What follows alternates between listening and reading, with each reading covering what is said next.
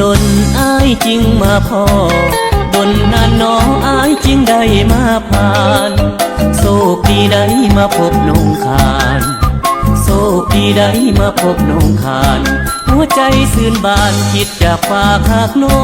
งอยากหมายปองน้องไว้เคียงคู่อ้ายอยากอยู่เป็นเคยแม่นา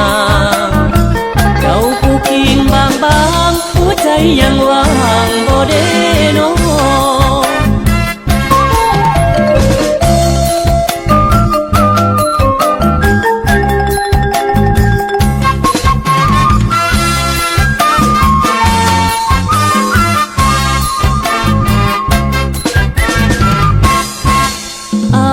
วผลงานน้องลายอยากมั่นหมายหัวเพลงเสริมสร้างย่านแต่อายบ่สมน้องนาย่านแต่อายบ่สมน้องนาสาวหลวงพระบางย่านอายบ่สมตัวเจ้าผู้ตาคมอายสมเสยว่าน้องงามน้องเก่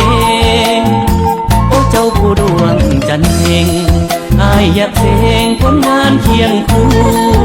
ได้บ่ยดสู้ผลงานเข้าป่าเจ้าผู้คนตาดำอายว่าอยากนำเจ้าเมื่อบ้านโยนเพลง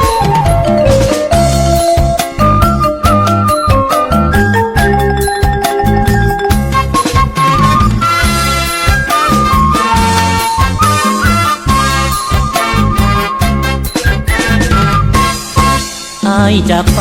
ป้องกันสายแดนอายสุดห่วงแหนดินแดนเมืองบ้านอยู่ห่างไกลอายบ่ลืมนุ่งขานอยู่ห่างไกลอายบ่ลืมนุ่งขานอายขอสาบานว่าหากน้องคนเดียวดังน้ำของน้ำคานไหลเลี้ยวไหลกลมเกี่ยวเหนียวแน่นสัมพันธ์สองเราจากกันวันนี้เพื่อภาระหน้าที่ศาสตร์ภาษามอบหมายน้องผู้อยู่สร้างผลงานคอยอายส่วนอายผู้ไปจะสร้างผลงานให้เก่งสวงเสงกันน้องมันหมายไว้เป็นคู่ครองฮักเขาคงสุขสมปองฮักกันถึกต้องตามหีดของประเพณี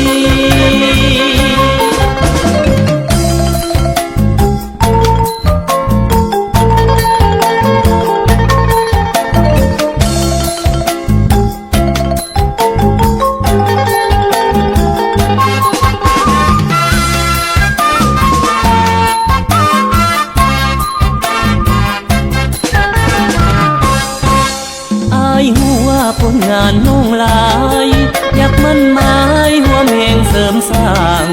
ย่านแต่อายบ่สมน้องนาย่านแต่อายบ่สมน้องนาสาวหลวงพระบางย่านอายบ่สมโอ้เจ้าผู้ตาคมอายสมเสยว่าน้องงามน้องเก่ง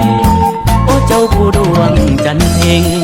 อายอยากเพลงผลงานเคียงคู่ได้บ่ยดสู้ผลงานเข้าป่าเจ้าผู้คนตาดำอายว่าอยากนำเจ้าเมื่อบ้านโยนเพลง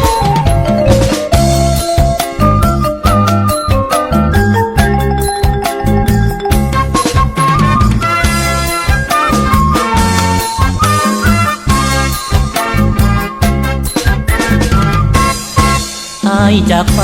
ป้องกันสายแดนอายสุดห่วงแหนดินแดนเมืองบ้านอยู่ห่างไกลอายบ่ลืมนุ่งขานอยู่ห่างไกลอายบ่ลืมนุ่งขานอายขอสาบานว่าหากน้องคนเดียวดังน้ำของน้ำคานไหลเลี้ยวไหลกลมเกี่ยวเหนียวแน่นสัมพันธ์สองเราจากกันวันนี้เพื่อภาระหน้าที่ศาสตร์ภาษามอบหมายน้องผู้อยู่สร้างผลงานคอยอายส่วนอายผู้ไปจะสร้างผลงานให้เก่งสวงเสงกันน้องมันหมายไว้เป็นคู่ครองฮักเขาคงสุขสมปองฮักกันถึกต้องตามหีดของประเพณี